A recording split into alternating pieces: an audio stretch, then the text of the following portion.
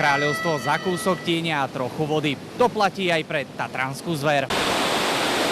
Prírodný akvapark aj sánkárska dráha v tichej a kôprovej doline. Neraz by ste sa čudovali, čo dokážu medvede vymyslieť. Ako sa šmíkali, tak leteli dole veľmi veľkou rýchlosťou. Tá matka ich musela dobehnúť, predbehla ich a nakoniec si tam ľahla, aby tie mláďatka narazili do nej, lebo keby vyleteli, tak mohli skončiť niekde na skalách. Aj celé čriedy kamzíkov zase balia kufre a horsa k našim severným susedom. Za veľkých horúčav nech to chodí k moru a nech to chodí zase do Poľska schovávať sa do severných svahov. Nebyť horúčav, kto vie, dokedy by drímal sviš v tejto nore. Spal 7 mesiacov a vyhrabal sa až teraz. Pre mňa je to niečo neuveriteľné, to ako keby som stretol tigra v Tatrách. Ľadový kúpeľ si doprajú aj lane a jelene v tatranských plesách. Oni majú ešte navyše ten problém, že keď je takto teplo, tak tam hore býva dosť veľa múch a tie muchy ich niekedy ženú k zúfalstvu a vtedy skáču do vody. Niektoré zvieratá zídu za osviežením až k ľudským príbytkom. S teplom bojujú ako sa len dá aj bociany, ktoré sledujú webkamery. Z vlastných krídel vytvorili ochranný plášť, akýsi slnečník. Je vidieť, že rodičia sú naozaj obetaví, pretože keby ich netienili, tak drobce sa hádame uvaria. A čo by v Tatrách považovali za letný teplotný extrém?